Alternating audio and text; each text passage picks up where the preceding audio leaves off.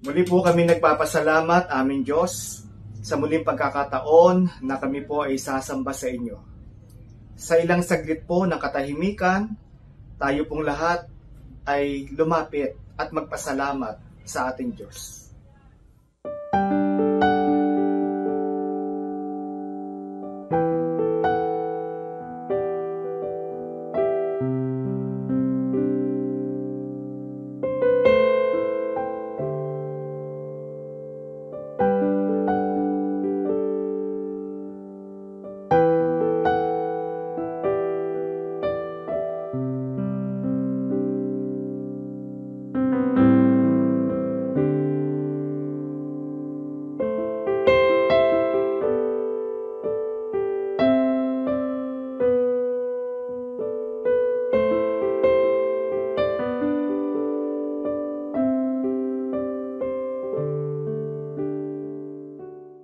Aming Panginoon, kami po ay nagpapasalamat sa iyong kabutihan. Nagpapasalamat po kami sa iyong katapatan. Lalo po ngayong ginugunita po namin ang araw ng inyong kapanganakan. Pangunahan niyo po kami sa aming pagsamba. Pagpalain niyo din po yung maghahayag ng iyong mga salita. Hayaan niyo po na mangusap po kayo sa aming mga espiritu at kaluluwa na siyang magiging kalakasan po namin. Maraming salamat po aming Diyos. Purihin po ang iyong pangalan. Ito po ang aming samo at dalangin sa pangalan ng aming Panginoong Hesus. Praise to our God who is great. Praise to Jesus, the reason for the season. So come church with hearts as one. Let's sing for joy to the Lord. Let's crown Him the King of Kings and the Lord of Lords. Praise be to our God.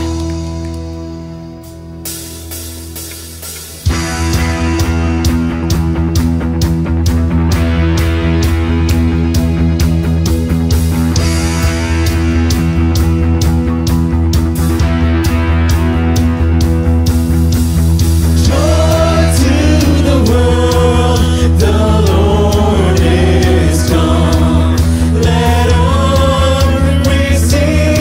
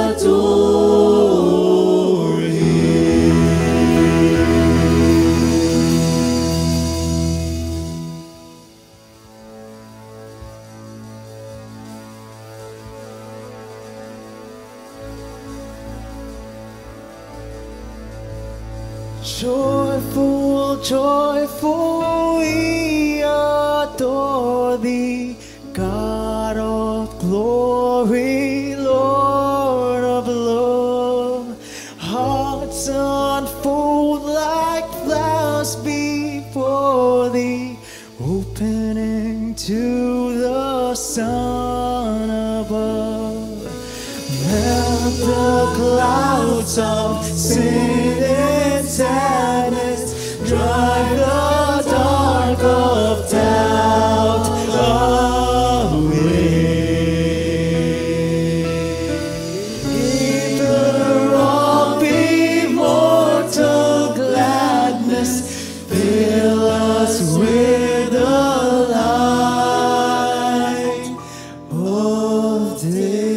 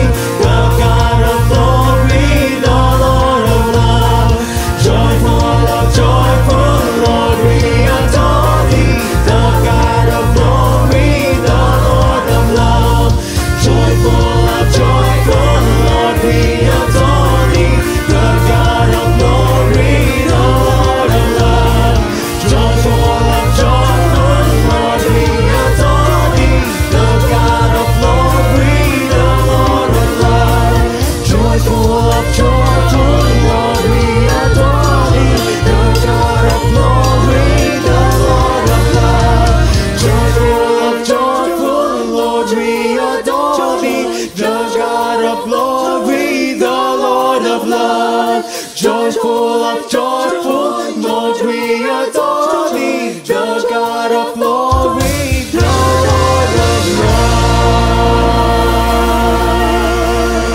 Praise, glory, and honor to you, the King of Kings, and to the Lord of Lords.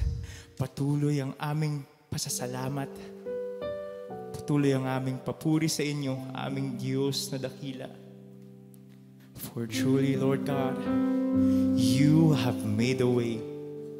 You've made a way to be with us, to be among us, Lord God. It is you who made a way to give us hope in our lives, na patuloy kaming nabubuhay sa inyong pagmamahal, sa inyong kalinga,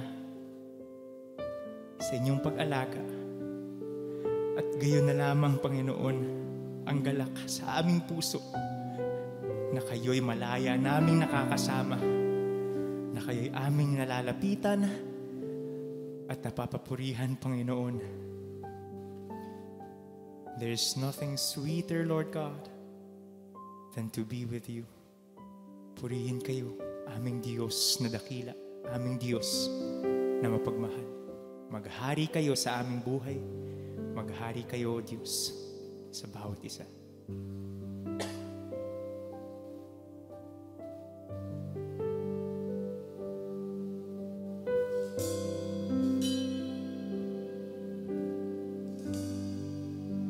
Tugo ng aking puso,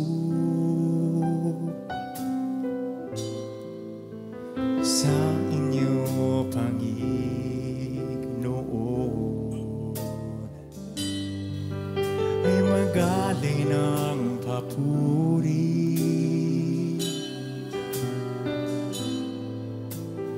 at pagsamba.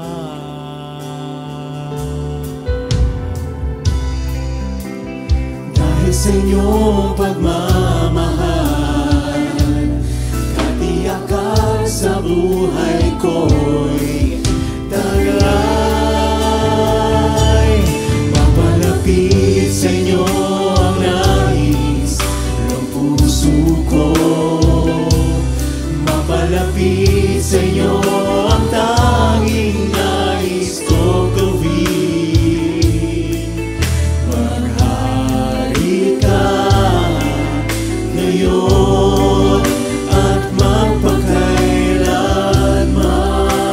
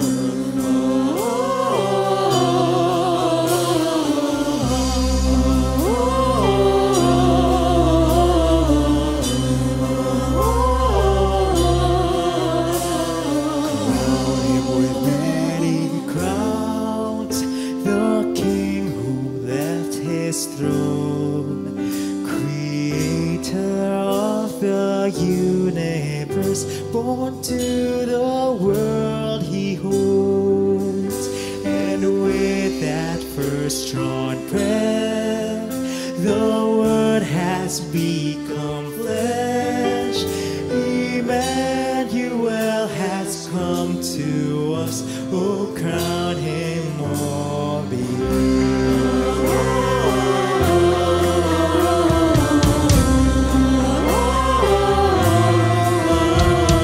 Crowned by the angel choir, they tell His royal birth.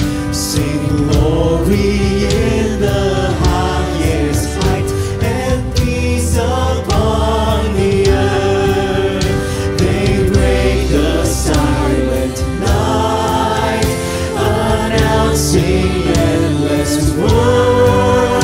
The King of grace and love is near. Oh, crown Him on the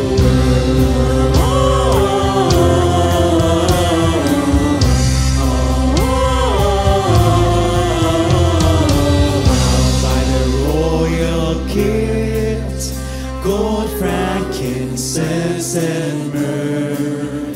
Wise men approach the manger throne with honors from afar. Behold the Son of God, and bow down in this place. The Prince of Peace has come to us. Oh, crown Him with your praise.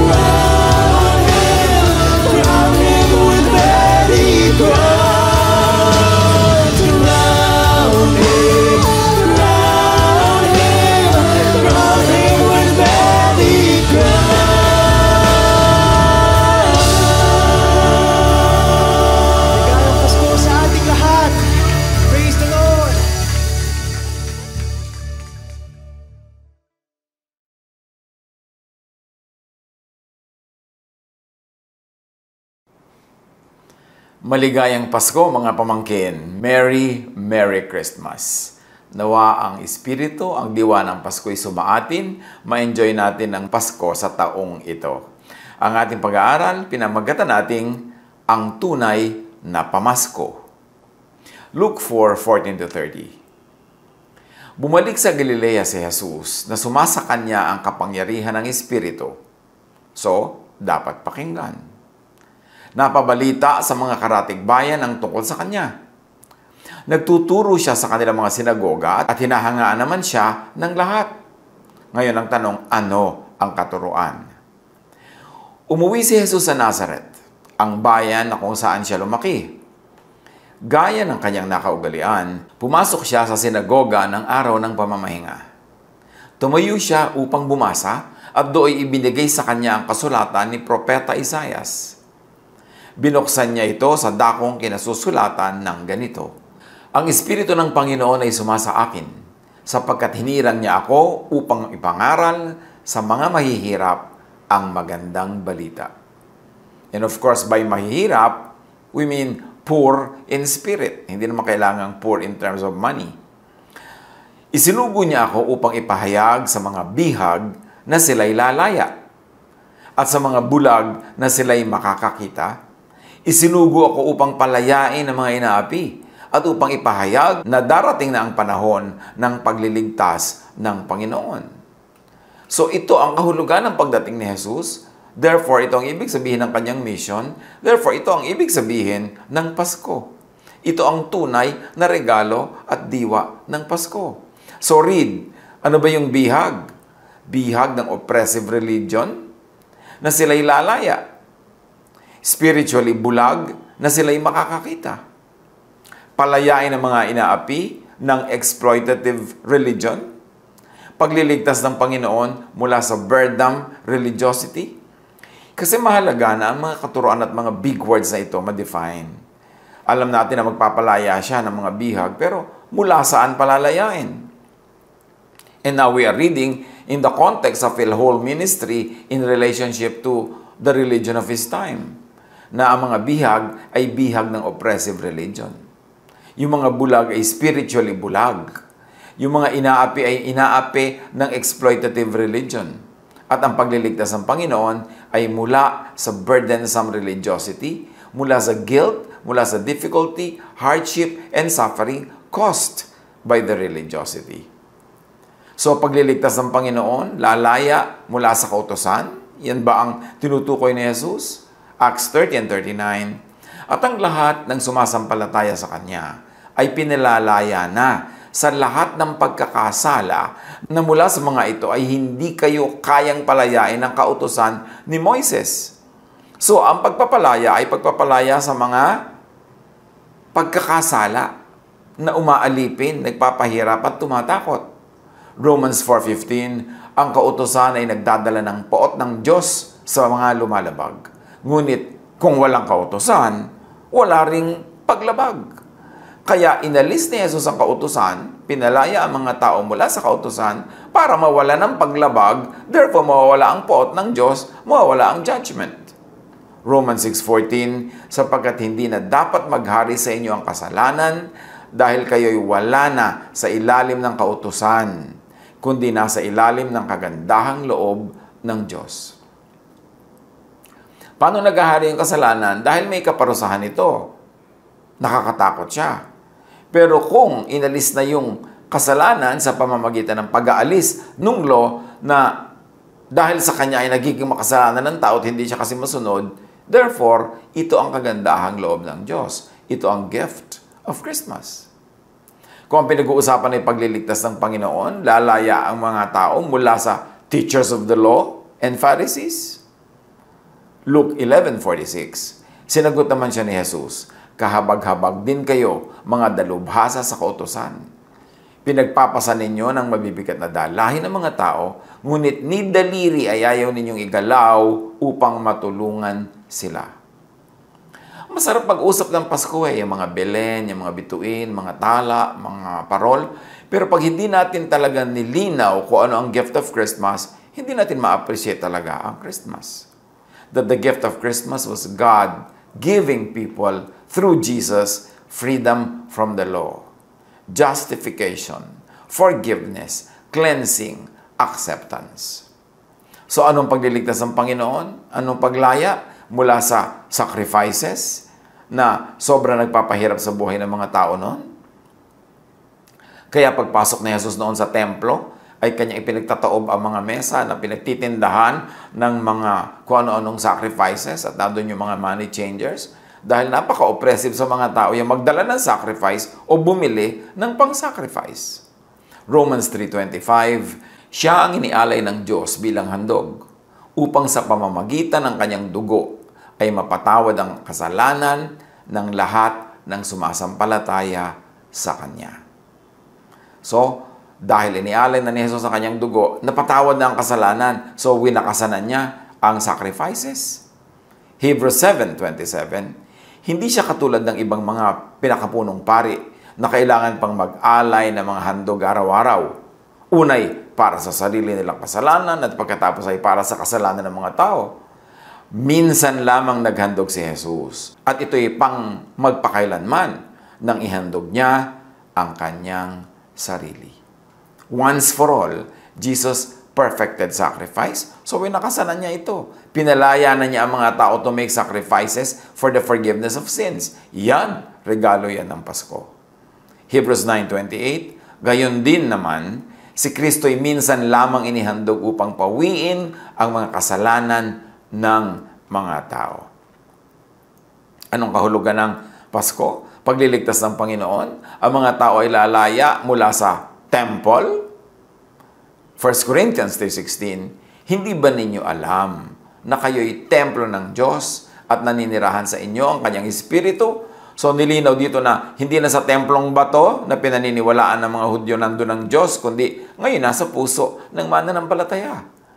2 Corinthians 6:16, we are the temple of the living God. So hindi mo na kailangan mag-pilgrimage patungo sa mga temple, dumayo sa mga temple, dahil ang puso na ng mananampalataya ang templo ng Diyos. That is a gift of Christmas. Pinalapit ang templo, pinalapit ang kingdom of God. Hebrews 9:9, this is an illustration for the present time, indicating that the gifts and sacrifices were being offered were not able to clear the conscience of the worshiper. So, baliwala naman pala yung ginagawa nila noon ng mga pag-offer. So, ano ang regalo ng Pasko? Ano ang pagliligtas ng Panginoon? Ang mga tao ay lalaya mula sa spiritual blindness and darkness. John 1:4, in Him was life, and that life was the light of all mankind. So, dumating si Jesus, dumating ang liwanag. Ibig sabihin, nasa dilim yung mga tao bago dumating si Jesus. John 12:46, ako'y naparito bilang ilaw ng sanlibutan upang ang manalig sa akin ay huwag manatili sa kadiliman. Ibig sabihin, nasa kadiliman sila at nung dumating si Jesus, pwede na silang huwag manatili sa kadilimang yon. Spiritual darkness. John 8:12, sinabi niya, ako ang ilaw ng sanlibutan. Ang sumusunod sa akin ay magkakaroon ng ilaw sa kanyang buhay at di nalalakad sa kadiliman. So sa kabila ng kanilang mga napakahirap na pagrerelihiyon, nasa kadiliman sila dahil bakit naman ipapadala si Jesus na liwanag kung nasa liwanag na yung mga tao? Di redundant lang. John 1:5, nagliliwanag sa kadiliman ng ilaw at hindi ito nagapi kailanman ng kadiliman. Tulad ng si Jesus ay hindi nagapi ng kadiliman, ng kamatayan, ng power ng temple, ng power ng mga religious leaders dahil siya ay binuhay ng Diyos na muli matapos siya ay pinatay ng mga religious leaders. Ano ang regalo ng Pasko? Ano ang pagliligtas ng Panginoon? Ang mga tao ay lalaya mula sa pang-aapi ng religious system. Kaya ang iniaalok ng Panginoong Jesus ay kapahingahan. Matthew 11:28, come to me, all of you who are weary and burdened, and I will give you rest. Rest from what? From too much religion, from oppressive religion, from tiring, vexing religion that does not give peace anyway. Lalo ka lang nagigilty habang lalo kang nagiging religyoso. Matthew 11:30, for my yoke is easy and my burden is light. Not the burden of religiosity that the people of Jesus' time were accustomed to. Galatians 5:1, malaya na tayo dahil pinalaya tayo ni Kristo. Kaya magpakatatag kayo at huwag nang paalipin pang muli. Ang nakakapagtaka, marami mga Christian, sinasabi sila ay niligtas na ni Jesus, sila ay mananampalataya kay Jesus, sumusunod kay Jesus, pero nakagapos pa rin sa kautusan. Slave pa rin ang kautusan ng isip. Laging kautusan, sin, guilt, punishment, ang laman ng utak, itinuturo at pinaiiral. Paano ka magkakaroon ng peace kung ganon?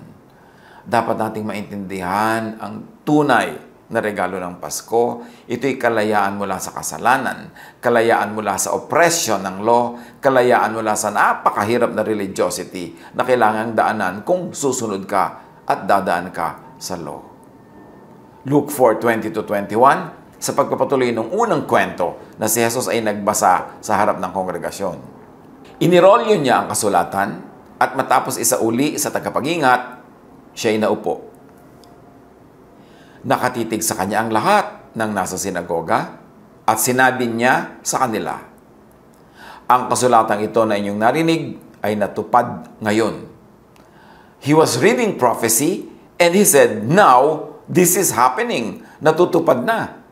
Kakaiba yon sa lahat ng nagbasa. Kasi yung mga nagbabasa ng prophecy, irorolyo ang papel, itatago na uli, pero hindi nila sinasabing yung binasa ko ay nangyayari na.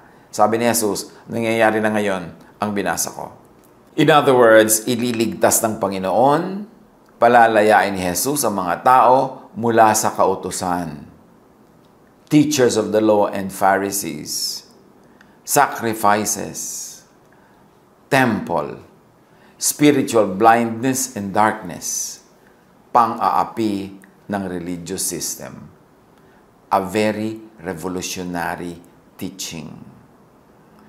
Kasi sinasamba-samba nila yung lahat ng inungkat natin. Napakabanal sa kanila at dakila. Tapos ngayon, doon pala sila palalayain ni Jesus mula doon. Paano ka papalayain sa tanikala kung hindi ito lalagutin? Paano ka palalayain sa templo kung hindi ito guguho? Paano ka palalayain sa sacrifices kung hindi gagawa si Jesus ng one final sacrifice for all? Luke 4:22-26, sa pagpapatuloy ng pagbabasa natin sa kwento ng pagbabasa ni Jesus nitong kasulatan. Pinuri siya ng lahat at humanga sila sa kanyang napakahusay na pananalita. Hindi ba ito ang anak ni Jose? Tanong nila. Kaya't sinabi ni Jesus, tiyak na sasabihin niyo sa akin ang kasabihang ito, Doktor, gamutin mo muna ang iyong sarili. Marahil sasabihin pa ninyo, gawin mo rin dito sa inyong sariling bayan ang mga nabalitaan namin ginagawa mo sa Capernaum. Tandaan ninyo, walang propetang kinikilala sa kanyang sariling bayan. And here, Nazareth in particular, Israel in general. Sila sabi ni Jesus, I don't expect you na kilalanin ninyo ako. Ngunit, sinasabi ko sa inyo, maraming byuda sa Israel nung panahon ni Elias nang hindi umulan sa loob ng 3.5 taon at nagkaroon ng taggutom sa buong lupain. Yes, maraming byuda na Israelite. Subalit hindi pinapunta si Elias sa kanino man sa kanila, kundi sa isang byuda sa Sarepta, sa lupain ng Sidon. In other words, napakaraming nagugutom na byuda noon, pero hindi pinapuntahan ng Diyos ang mga byuda ng Israel, kundi isang byuda sa Sidon, isang Gentile, isang non-Israelite. Luke 4:27, dinagdagan pa ni Jesus. Sa dinami-rami ng mga may ketong sa Israel nung panahon ni Eliseo, wala ni isang mang pinagaling at nilinis, maliban kay Naaman na isang taga-Syria, in other words, also Gentile. Luke 4:28, nagalit ang lahat ng nasa sinagoga nang marinig ito. Bakit sila nagalit?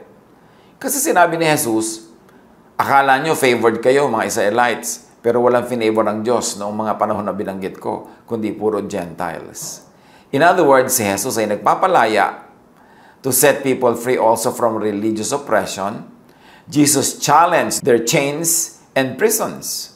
Meaning, Jesus challenged their mindset, beliefs, dogma, tradition. And among that Israel was God's favored nation, that the Jews were God's favored race, and in extension, that Israel's religious system was approved of and favored by God. All of that were disproved by Jesus sa naganap na kwento, tinunghayan at binasa natin. Kaya nagalit ang mga tao sa Kanya.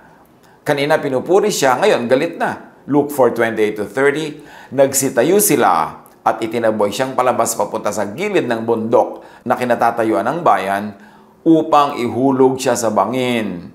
Read my lips, patayin. Ngunit dumaan siya sa kalagitnaan nila at umalis. John 1:11 about Jesus, He came to that which was His own, but His own did not receive Him. Pumunta siya sa kanyang bayan, ngunit hindi siya tinanggap ng sarili niyang kababayan.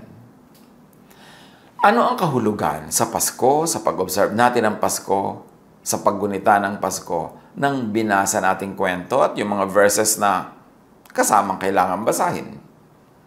Na ang tunay na gift of Christmas ay ang pagliligtas ng Panginoon, pagpapalaya ni Jesus mula sa kautusan, sa teachers of the law and Pharisees, kalayaan mula sa sacrifices and temple, kalayaan mula sa spiritual blindness and darkness, kalayaan mula sa pang-aapi at pagpapahirap ng religious system, at kalayaan mula sa mga modern-day versions and counterparts ng mga ito na buhay pa ngayon sa maraming lugar.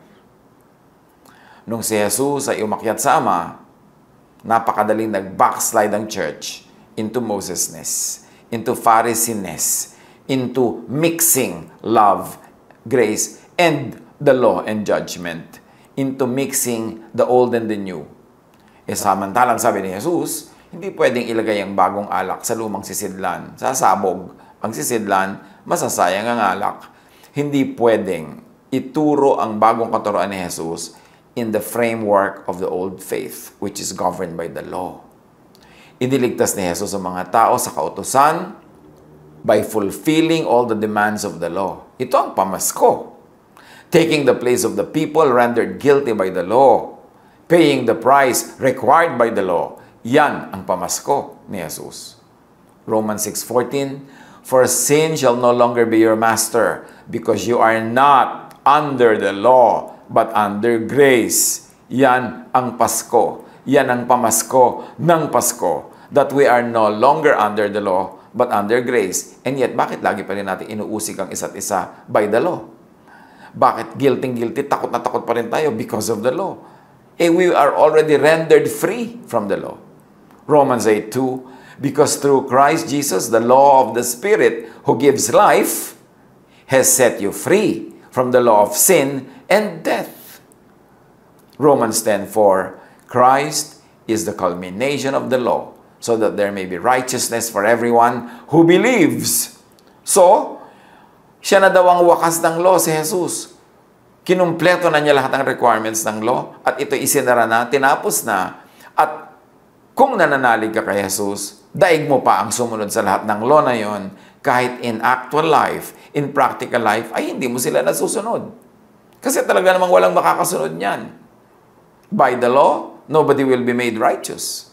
But we are made righteous by faith in Jesus.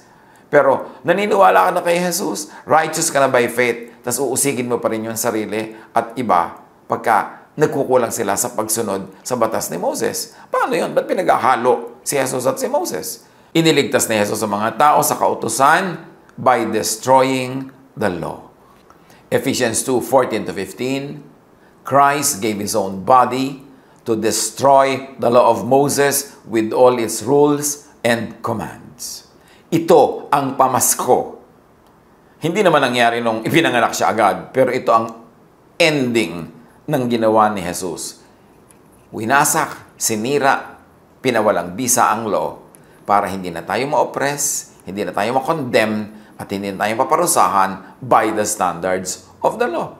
Pinawalang bisa niya ang kautusan, kasama mga utos at mga alituntunin nito.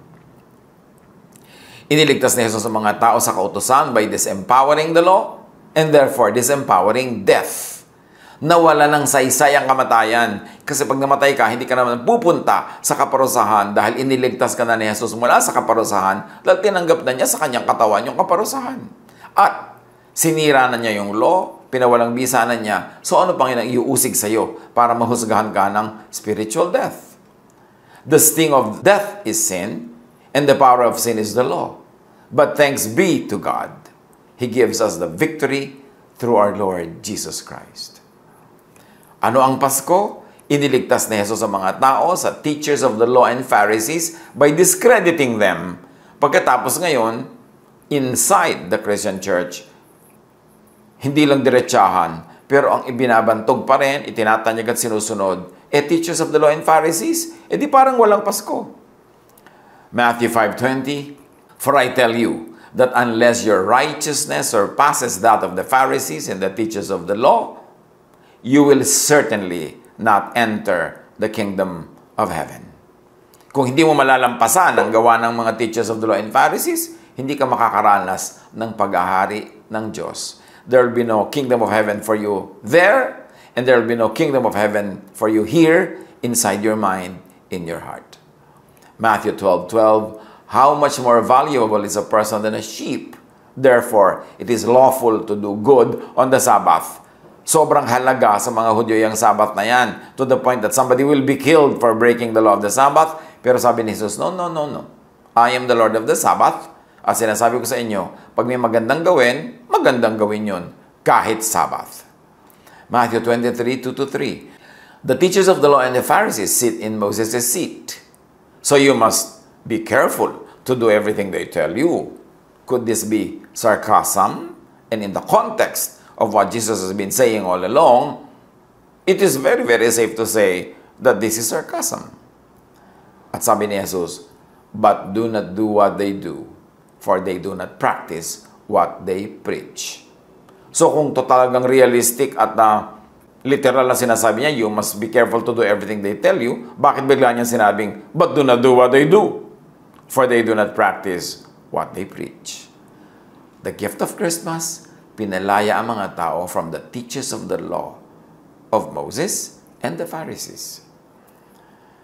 Iniligtas din ni Jesus ang mga tao sa teachers of the law and the Pharisees by replacing them, meaning the teachers of the law and Pharisees, with himself.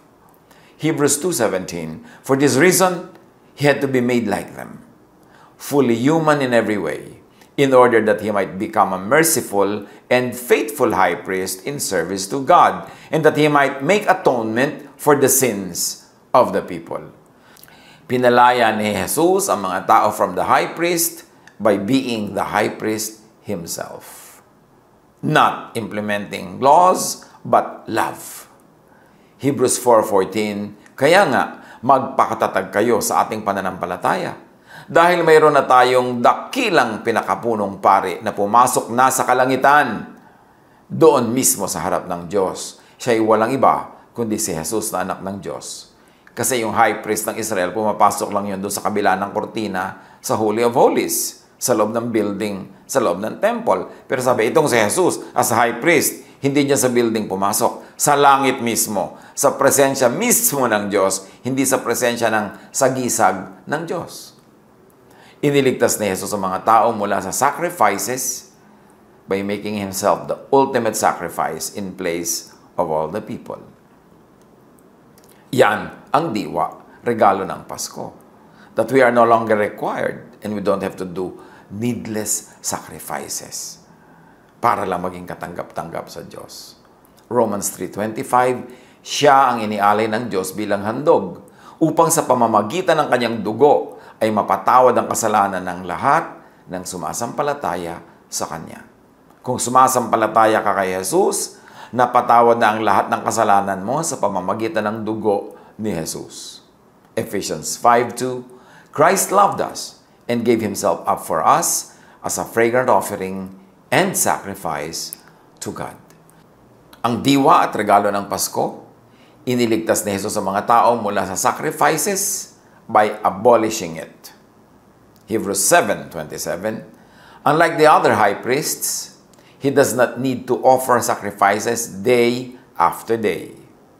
He sacrificed for their sins once for all when he offered himself." Minsanan lang, tapos na. Iniligtas ni Jesus sa mga tao sa temple by making himself the temple. Matthew 12:6, "Sinasabi ko sa inyo, may isang naririto na higit na dakila kaysa sa templo." At yon, siyempre, ay si Jesus. John 2:21, ngunit ang templong tinutukoy ni Jesus ay ang kanyang katawan. Oppressive kasi yung pag-attend sa temple, mga sacrifices na dapat mong dalhin, napakaraming requirement. So ginawa ni Jesus na siya na yung temple, accepting everybody, cleansing everybody, loving everybody. Iniligtas ni Jesus sa mga tao sa temple by making the people themselves the temple.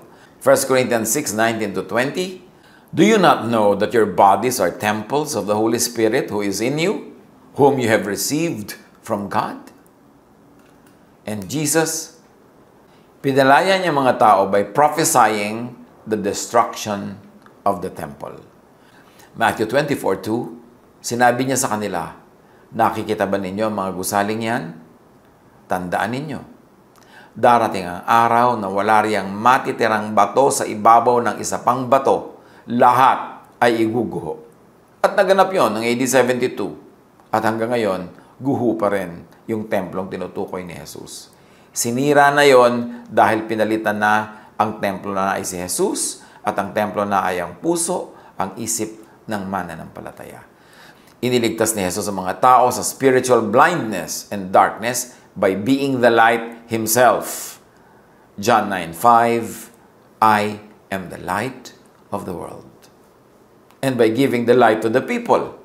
Matthew 5:16, in the same way, let your light shine before others, that they may see your good deeds and glorify your Father in heaven. Iniligtas ni Jesus ang mga tao by turning the believers into lights themselves. Matthew 5:14, you are the light of the world. John 12:36, believe in the light while you have the light, so that you may become children of light. Ano ang kahulugan ng Pasko? Ba't natin binabalik-balikan? Kasi napakadaling malibang na i-equate ang Pasko sa iba't ibang mga symbols and miss the point. Ang Pasko, ibig sabihin, iniligtas ni Jesus sa mga tao sa pang-aapi at pagpapahirap ng religious system. How did He do that? By changing every oppressive system and giving only one command, love. John 15:12, my command is this, love each other as I have loved you. Paano i-apply sa buhay yung love? Ang love ba mapagparusa, mapang-usig? Ang love ba mapanakot? Baligtad si Jesus sa mga yan. Kaya si Jesus ang tagapagligtas at ang paraan niya ng pagliligtas is the love of God. These are the true gifts of Christmas. This is what it means to be saved. Damdamin natin, damahin, isa-isip, isa-puso. Kasi kung celebrate ng Pasko pero hindi pa tayo free from the law, we don't think free, we don't behave free, we don't act free, baliwala ang celebration. Ang tunay na Pasko ay ang pagpapalaya ng Diyos sa mga tao mula sa oppression ng legalistic and punitive religion. Para ang mga tao ay lumaya ang isip, mapahinga, matahimik ang loob, secure in the love of the Father, expressed through Jesus. Pag-isipan, pagbulay-bulayan, i-apply sa practical daily life para araw-araw ay magiging Pasko. Merry Christmas! Maligayang Pasko! God bless us all!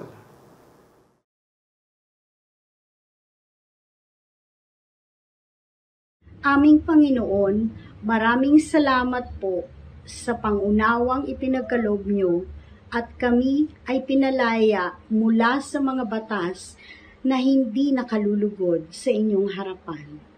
Salamat po sa tunay na diwa ng Pasko sa aming buhay.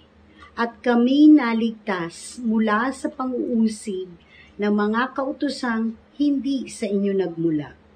Naway mais sa puso namin ang lahat na aming narinig at isabuhay ang tunay na kahulugan ng Pasko.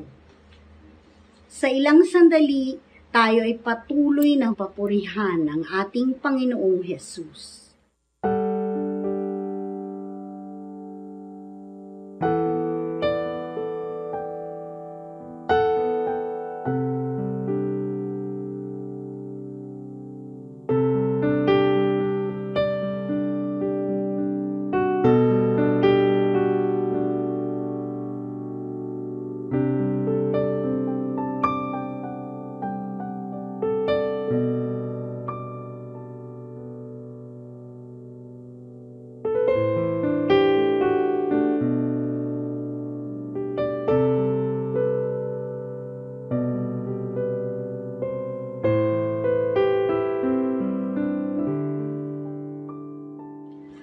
Panginoon, sa bahaging ito ng aming paghahandog, naway tanggapin niyo ang bunga ng aming pasasalamat at patuloy na pagsamba sa inyong kaharian.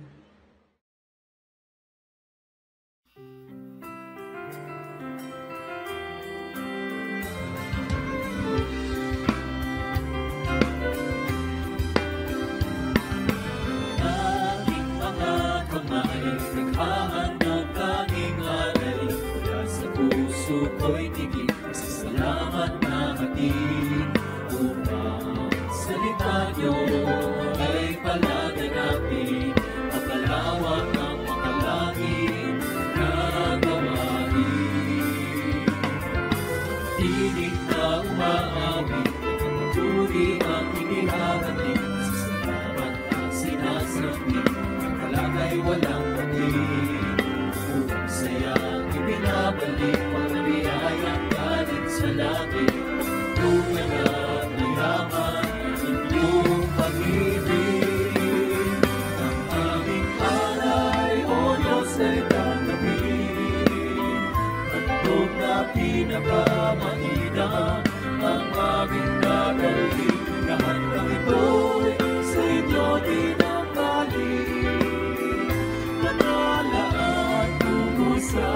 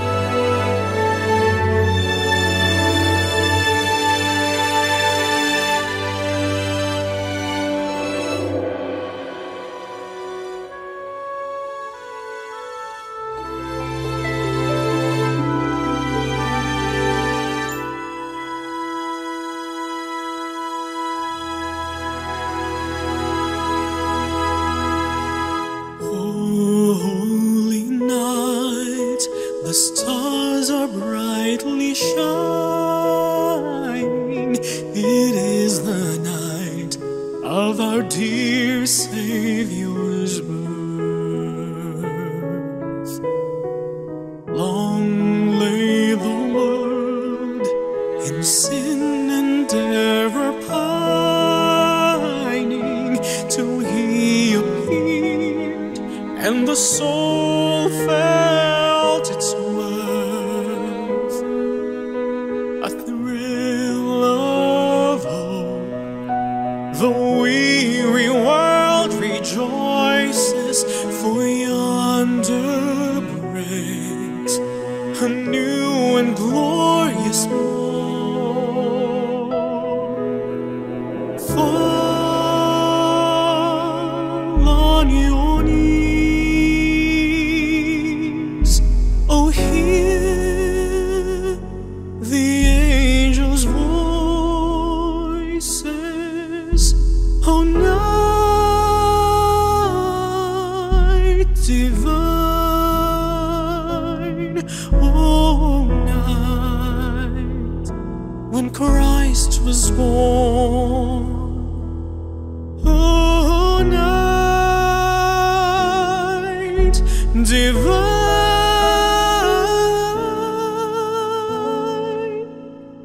oh, night divine.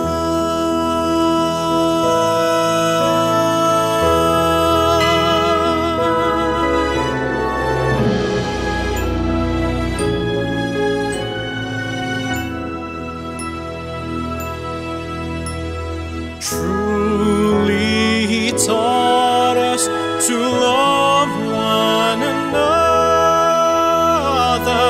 His law is love, and His gospel is peace.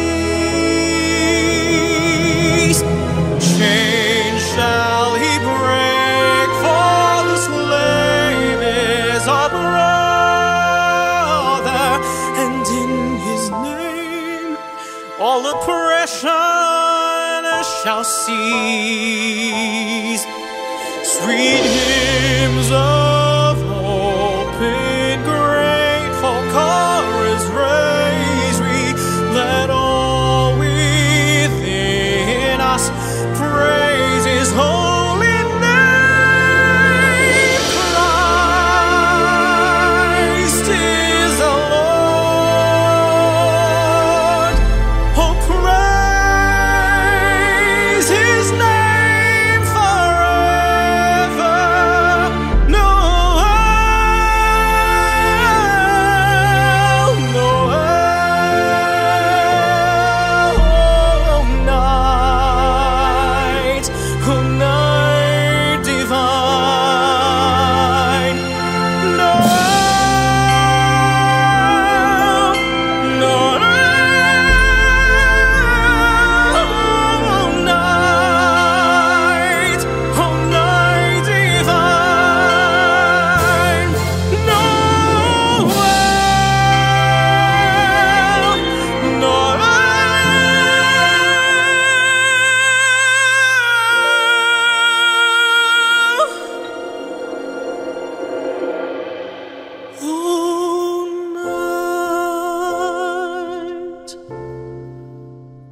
all night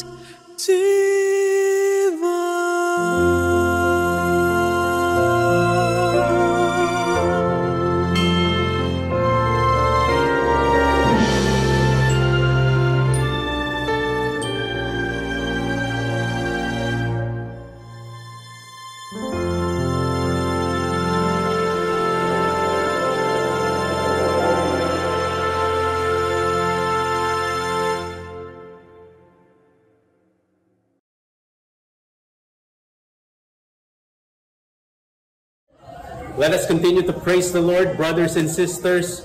Muli, sumainyo ang kapayapaan ng Panginoon at ang kanyang kapahingahan ngayong Paskong ito. Let us close in prayer. Father, thank you for your light and your love. Salamat po sa inyong kaliwanagan na bigay sa araw na ito. Salamat po sa aming Pastor Ed. Patuloy niyo po siyang kupkupin at palakasin. Ama, dalangin po namin na maghari ang diwang maka Jesus sa Paskong ito. Laging sumaamin ang inyong pag-ibig at maipalaganap namin ang inyong pagmamahal dito sa lupa gaya sa langit. Nang sa gayon, ang araw-araw namin ay maging Pasko lagi. Mga kapatid, pinagpala na kayo ng ating Diyos kataas-taasan, panghawakan ninyo ang kanyang kapayapaan, tanggapin nyo ang lakas ng loob na galing sa Kanya at magliwanag kayo saan man kayo pumaroon. At ang walang hanggang pag-ibig, ang Kanyang walang katapusang biyaya ay lagi nating magiging gabay araw-araw sa pangalan ng Panginoong Hesus.